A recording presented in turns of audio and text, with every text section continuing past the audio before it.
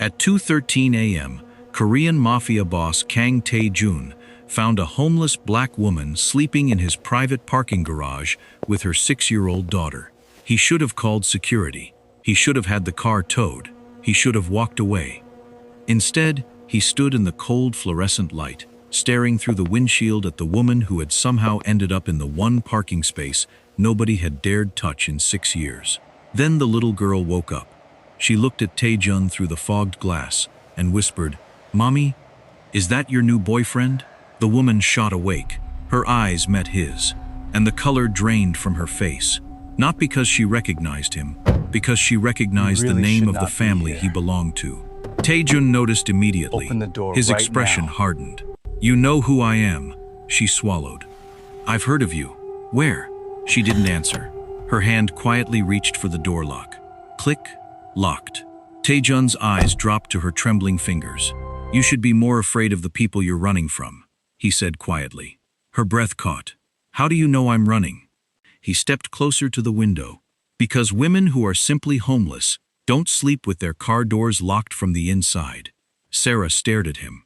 For the first time, her carefully controlled expression cracked, and Tae-jun realized something that would change everything. This woman hadn't accidentally found his parking garage. Someone had sent her there, and whoever had sent her knew exactly whose garage she would be sleeping in. Tae-jun looked toward the little girl in the back seat, then back at Sarah. "Get out of the car." Sarah shook her head. "No." His voice lowered. "Sarah?" She froze. Her eyes widened. "I never told you my name." Tae-jun said nothing. And that was when she realized the most frightening part of the night wasn't that she had been caught by a Korean mafia boss. It was that he already knew exactly who she was. Welcome to my channel. Before we find out why Tae-jun already knew Sarah's name, take a moment to like this video if you're already hooked on their story.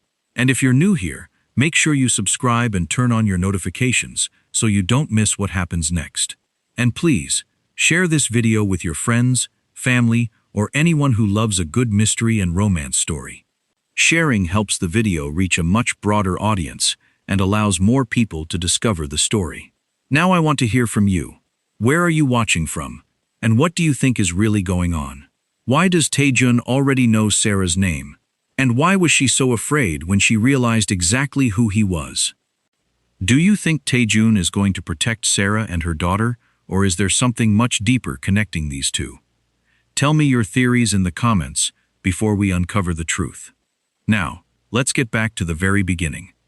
3 hours earlier, the first thing Kang Tae-jun noticed was a small hand pressed against fogged glass. 5 tiny fingers dragged slowly down the window of a battered black sedan parked 3 spaces from his own, painfully out of place among the polished vehicles surrounding it. The second thing he noticed was the woman asleep behind the wheel. The third was the quiet realization that someone had been living in his garage. Tae-jun stopped walking. Harsh fluorescent lights flickered overhead, stretching shadows across the concrete. "Sir?" Daniel Cho's voice came from behind him. Tae-jun didn't answer. He stared at the car. The passenger door was scratched, one tire dangerously soft. Through the windshield he could see a child's backpack, a pink blanket, 2 empty water bottles, and folded clothes stuffed into a grocery bag. No suitcase, no luggage. Nothing suggesting the woman had somewhere else to go. "How long?" Tae-jun asked. Daniel checked his phone. "Cameras show at least 3 nights. 3. We're pulling the older footage now." "Do it." Tae-jun approached the car alone. Up close, he realized the woman wasn't really sleeping. She was braced, body curled beneath a thin jacket, one arm angled toward the back seat, as though even unconscious, she was still protecting whoever was there. He tapped the window once. Nothing. Again, the woman woke like someone pulled from a nightmare. Her eyes flew open, her arms swinging toward the glass before she twisted around. "Back! Get back!" Then she saw her daughter. "Baby? Mommy? I'm here! I'm right here!" Only then did she look at Tae-jun. Fear flashed across her face. She tried to hide it. She wasn't very good at hiding it. "I'm sorry," she said quickly. I know this looks bad. I wasn't trying to." "You saw the gate." His voice was calm, almost too calm. "The one marked private property." She swallowed. "I saw it." Then why did you park here? She looked down. I thought maybe it was broken. Tae-jun glanced toward the perfectly functioning gate. Of course you did. Color rose in her cheeks. I was desperate, she said. The word barely audible. She looked toward the back seat. Nia had been coughing. Something shifted in his expression. You were supposed to just tow the car, she added. Not interrogate me. I haven't interrogated you. Then what do you call this? Questions. That's interrogation with better vocabulary. Daniel lowered his head, hiding a smile. Tae-jun glanced at him. The smile vanished. He looked back at her. When did you last sleep somewhere with a door that locked? She froze, her fingers tightening around the steering wheel. I don't remember. That answer told him enough. His gaze moved toward the child. What's your name? The woman hesitated. Why? So I know what to call you when I ask you to leave. Her eyes narrowed. Sarah. Sarah what? Johnson. And your daughter? Nia. The little girl suddenly sat up, curls flattened on one side. She rubbed her eyes, looked at Tae-jun, then at her mother. Mommy? Yes, baby? Nia pointed at Tae-jun. Is he your new boyfriend? Silence. Daniel suddenly became fascinated by his phone. Sarah's face turned crimson. No. Nia frowned. Why not? Because. Sarah glanced at Tae-jun. I don't know him. His eyebrow lifted. You know my name now. That doesn't make it better. Nia studied him. He looks like one. Sarah closed her eyes. One what? A boyfriend. Tae-jun's mouth twitched. Sarah caught it. Don't. I didn't say anything. Your face did. Apparently my face is very expressive. That's unfortunate. For you? For everyone. A reluctant smile touched her lips. Tae-jun noticed. For some reason, he wanted to see it again. He ignored the thought. Get your things. Her smile disappeared. What? You're not staying here. I know. I'll have an apartment prepared. No. The answer came instantly. Tae-jun studied her. You haven't heard the offer. I've heard enough. You'd rather sleep in the car? Sarah looked toward Nia. Her expression softened, then hardened again as she looked back at him. I'd rather sleep somewhere I don't owe a terrifying stranger. For the first time, Tae-jun smiled. Good. She blinked. Good? I don't like being owed. Their eyes met. Something passed between them. Sarah looked away first. So we're both difficult. Apparently. And arrogant. Probably. A breath escaped her. Almost a laugh. Then her expression hardened again. I still can't accept your help. Why? Her eyes dropped. Why? Because people don't do things for free. He studied her.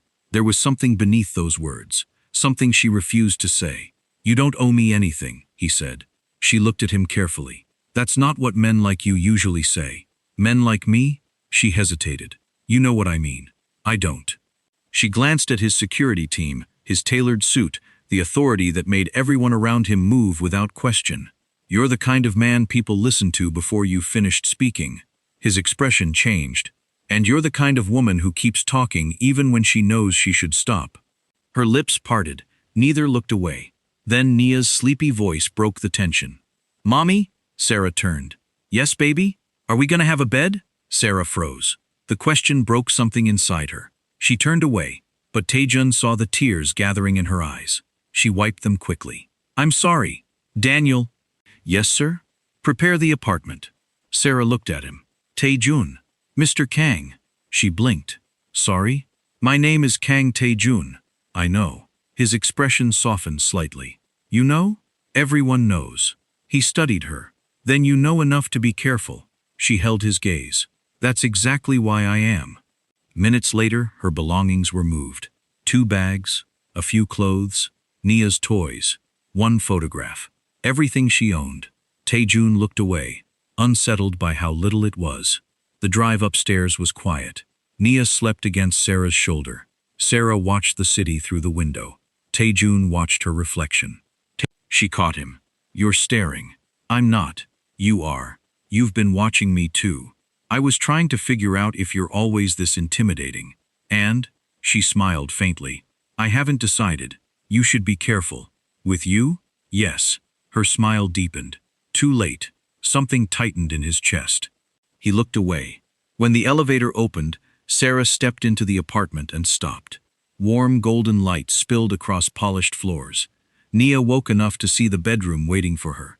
A bed, fresh pajamas, books, a stuffed rabbit. "Mommy!" Sarah covered her mouth, tears burning her eyes. She turned toward Tae-jun. "Why?" Nia needed it. "You barely know us." "I know enough." "That's not an answer." He hesitated. "You don't have to thank me," he said quietly. Sarah looked at him. His eyes held hers. "Just stay." He left. Sarah stood in the warm apartment, listening to his footsteps disappear. For the first time in months, she felt safe. She should have felt relieved. Instead, she felt something more dangerous. Hope. She didn't know that downstairs, Tae-jun was staring at her photograph, one taken 3 weeks earlier, before he had ever met her. Beneath it, one sentence: "Find her before Victor does." Sarah had exactly one rule, and she stated it on day 2, standing in the middle of a kitchen with more marble in it than her entire childhood apartment.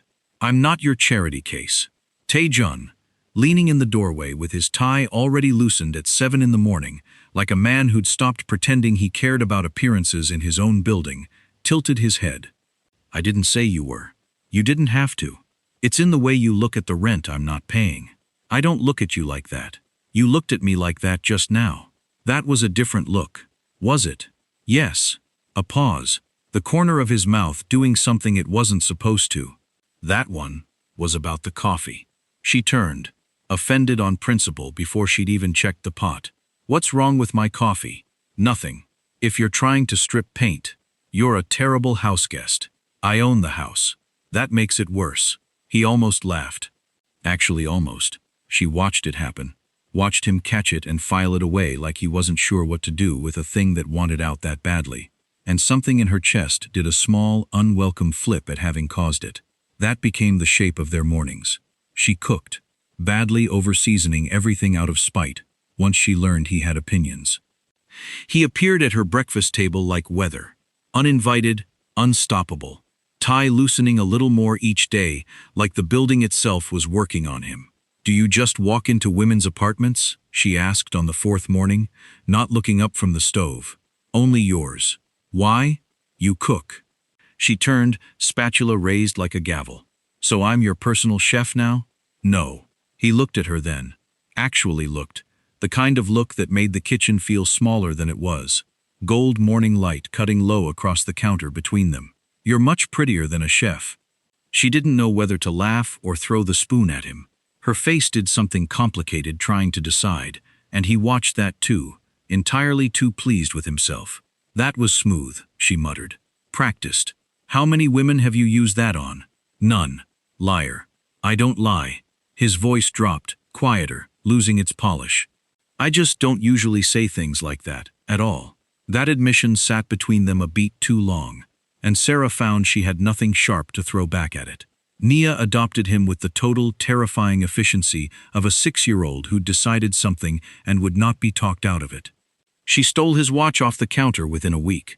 A piece of steel and sapphire crystal worth more than Sarah's car had ever been, worn now proudly on a small wrist wrapped 3 times around to fit, and named him, with great ceremony, Mr. Serious.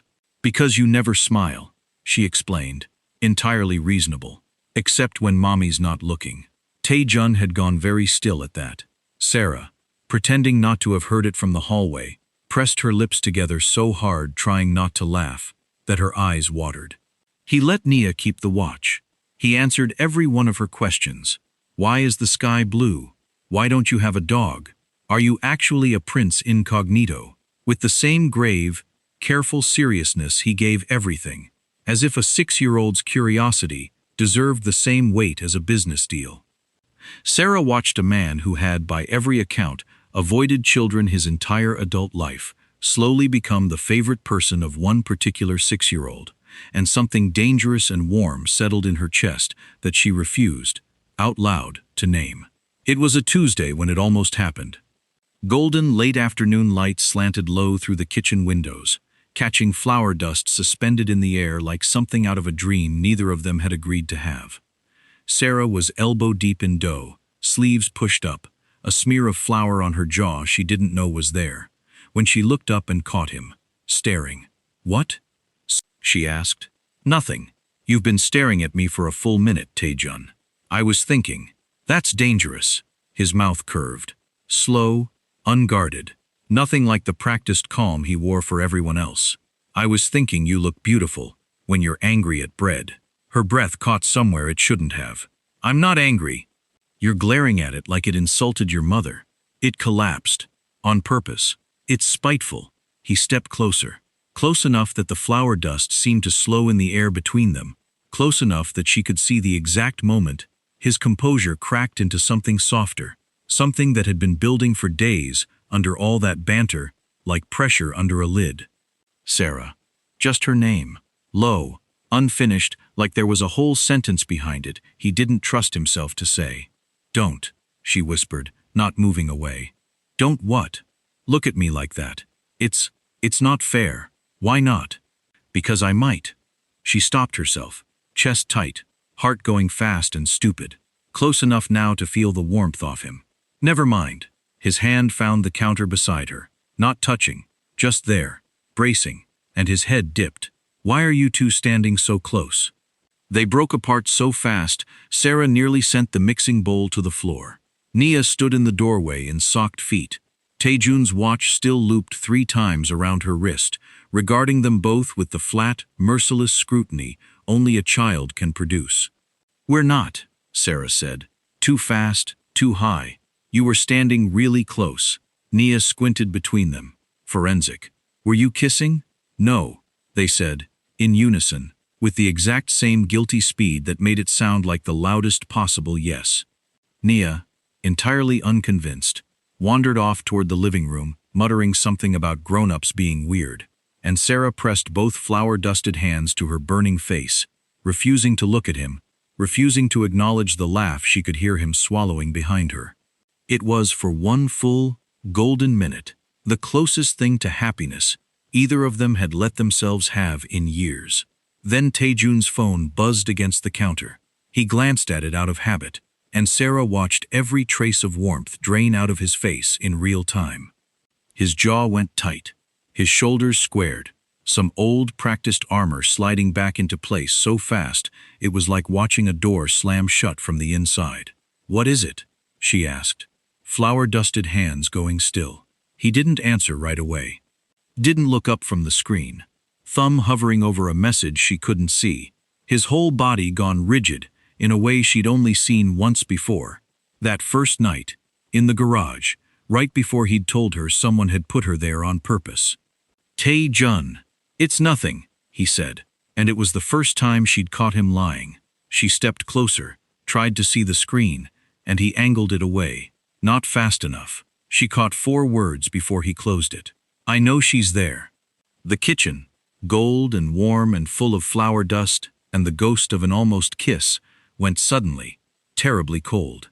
She'd let herself believe, these past 2 weeks, that this was safety, that his protection was simple, a roof, a kindness, nothing more complicated than that.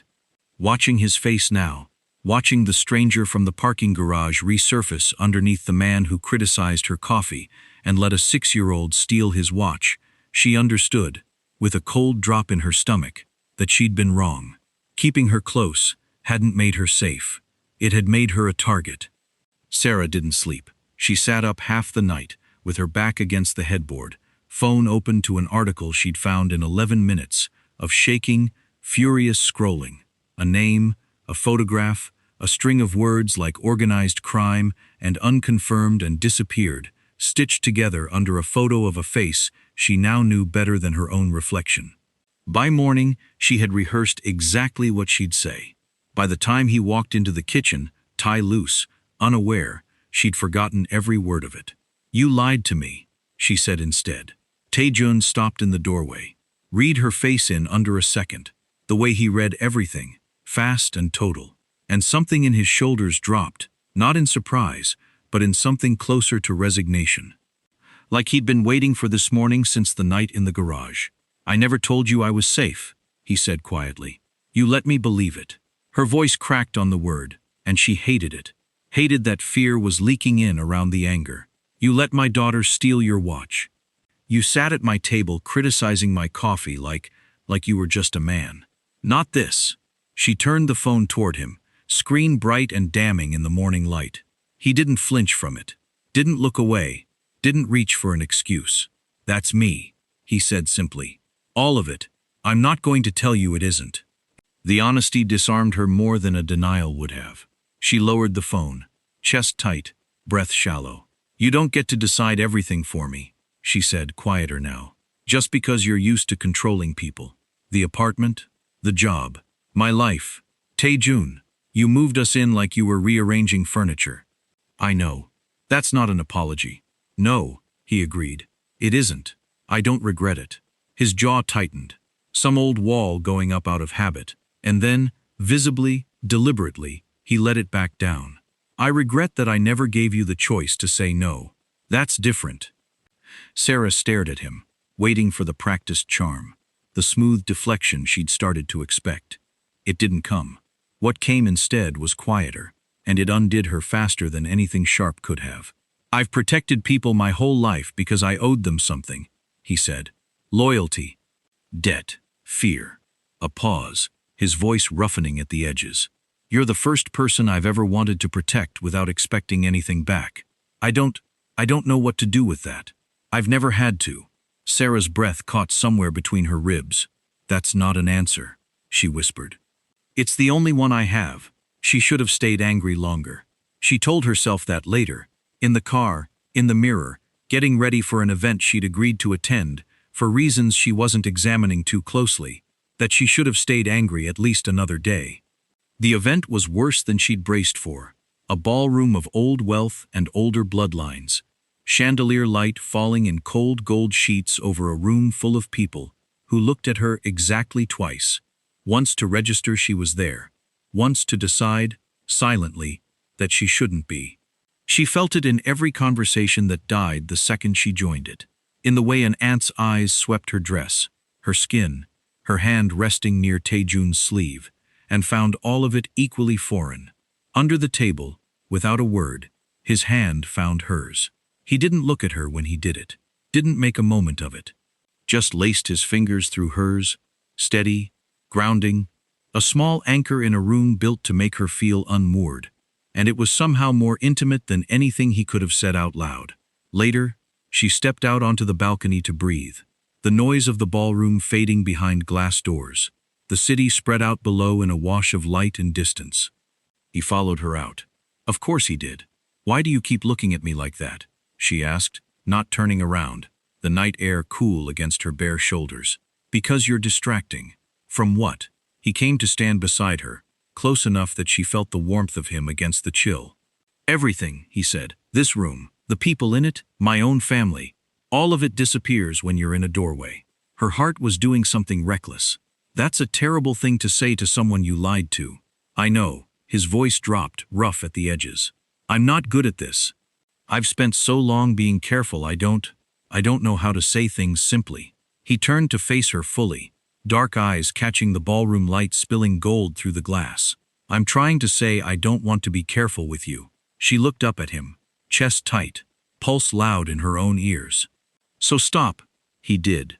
He kissed her slowly, not the desperate collision she might have expected from a man who commanded a city with a look, but something careful, deliberate, his hand rising to frame her jaw like she was something he'd been afraid to break for weeks. All the tension they'd built over morning coffee and stolen watches and almost kisses in flower-dusted light finally broke loose at once, and Sarah felt herself sink into it without a single thought of stopping. When they finally broke apart, breathless, her forehead resting against his, she found she was smiling. So that's why you kept staring, she murmured. I was trying to behave. You failed. Happily. His thumb traced her jaw. Reverent, unhurried. Completely, happily failed. She laughed. Soft, real. The sound surprising her as much as it seemed to surprise him. And then sobered, pulling back just far enough to look at him properly. I want this, she admitted. I have since the parking garage, if I'm honest. Which is humiliating, because you were terrifying. I still am. Not to me. She pressed a hand flat against his chest, feeling his heartbeat rabbit fast under her palm. evidence he wasn't nearly as composed as his face suggested. "But if we do this, it has to be real, Tae-jun. Not an arrangement, not you protecting an obligation. I've spent years being someone's problem to manage. I won't be that again, not even for you." He caught her hand against his chest and held it there, steady, certain. "Then it's real," he said. "No arrangement, no pretending." His eyes held hers, dark and unguarded, in a way she suspected almost no one alive had ever seen. "I've never once, in my life, wanted something that wasn't strategic. You're the first thing I've wanted just because I wanted it." She rose onto her toes and kissed him again, softer this time, sealing something neither of them said out loud. Neither of them noticed the man in the doorway of the ballroom, phone already lifted, capturing the two of them wrapped in golden light, nor the message that left his phone 30 seconds later, addressed to someone who had been waiting a long time for exactly this kind of proof. Kang Tae-jun had once closed a 9-figure shipping deal in 11 minutes flat, across a table from men who wanted him dead and were too afraid to try it there. He had stared down rival bosses without blinking. He had never, not once in 11 years, lost control of a room. Sarah took the room from him with a single raised eyebrow over breakfast. "You're doing it again," she said, sipping coffee she'd made too strong on purpose because she knew it annoyed him. "Doing what? That face, like you're negotiating something." "I'm not." "You're planning the date, aren't you?" Her mouth curved, slow and knowing. "I can see the spreadsheet behind your eyes." He set down his cup with more precision than the moment required. A tell, and she knew it was a tell, and that was somehow the most disarming thing about her. "I don't do spreadsheets." "You do everything like a spreadsheet." He couldn't argue with that. He'd spent 3 days quietly arranging what he'd assumed would impress her. A private dining room at the harbor, a chef flown in, a view engineered down to the angle of the sunset.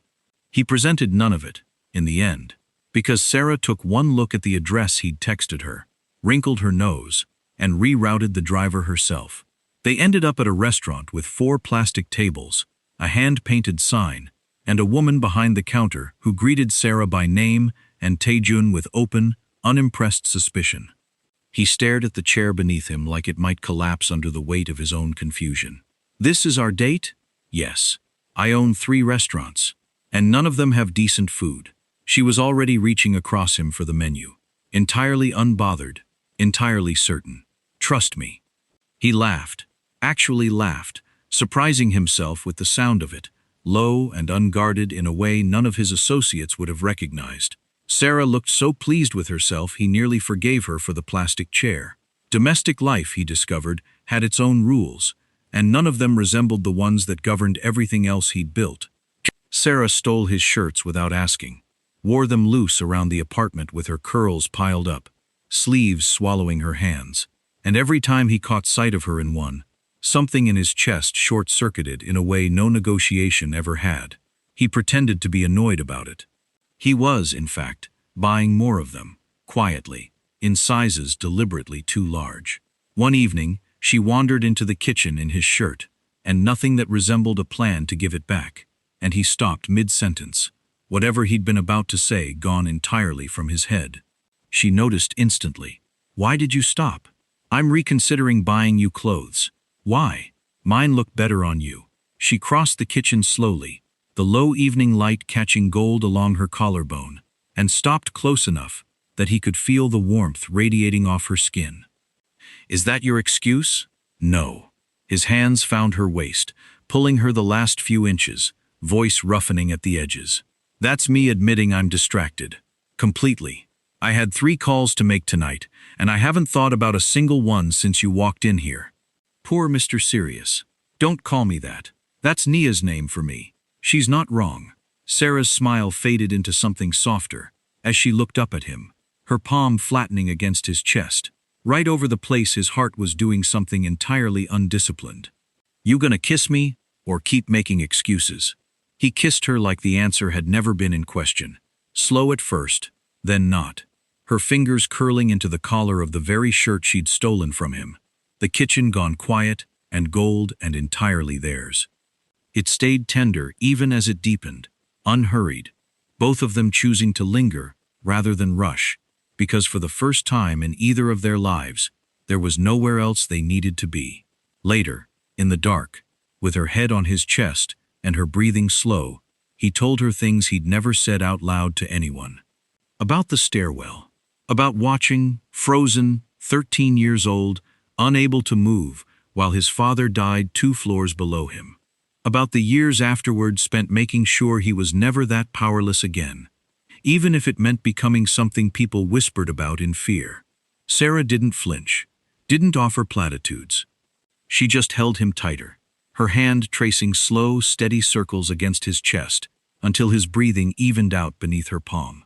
"I don't remember the last time someone stayed," he admitted, voice low, unguarded in the dark, "because they wanted to, not because they owed me, not because they were afraid of what would happen if they left." "Then get used to me," she murmured against his skin, "because I'm not going anywhere." The one shadow over that week arrived in the shape of Marco. Sarah found out about the betrayal from Tae-jun's own face, the way it went cold and still, the moment Daniel delivered the news. The particular stillness she'd learned meant something dangerous was building behind it. "I want to handle this myself," Tae-jun said, already reaching for his coat, voice flat in the way that used to terrify her and now just worried her instead. "Let him explain first." She caught his arm, not pulling, just anchoring. "Please." Marco, when they found him, didn't run. He sat with his hands laced together, shoulders hunched under the weight of a debt Victor had used against him for 2 years.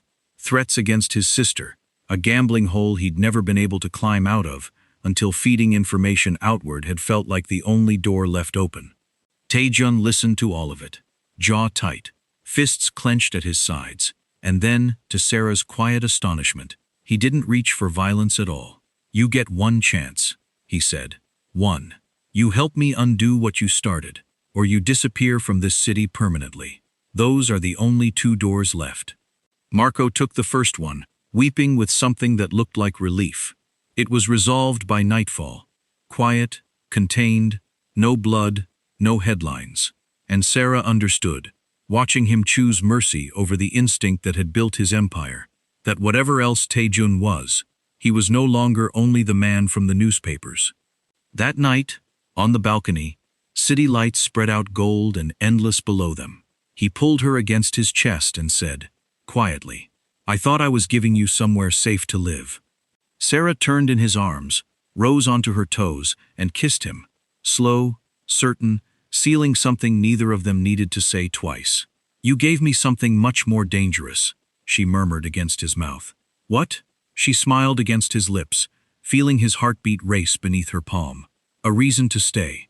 The message arrived at 6 a.m., while the city was still gray and half asleep. Tae-jun read it once. Then again, jaw tightening, thumb going still against the screen. Sarah, watching from the doorway with a mug of coffee cooling in her hands, knew the look by now. The particular stillness that meant something dangerous had finally surfaced. "He has your financial records," Tae-jun said quietly. "The ones from before. Victor's had someone digging for months." Sarah's stomach dropped, cold and fast. "What does he want?" "To use them against me. Prove your leverage. Force my hand." His voice was flat, controlled, but his knuckles had gone white around the phone. "He thinks I'll do anything to keep you safe. Will you?" He looked up at her then, and something in his face, steady, certain, entirely unafraid, answered before he did. "Yes, but not the way he's expecting." The confrontation, when it came, was fast. Daniel had been tracking Victor's movements for weeks, quietly, the way Tae-jun did everything now, carefully, without theater. By the time Victor's men arrived to deliver their ultimatum in person, Tae-jun was already 3 steps ahead, records secured, alliances shifted, the entire operation dismantled before Victor had finished his opening threat. It was over in under an hour.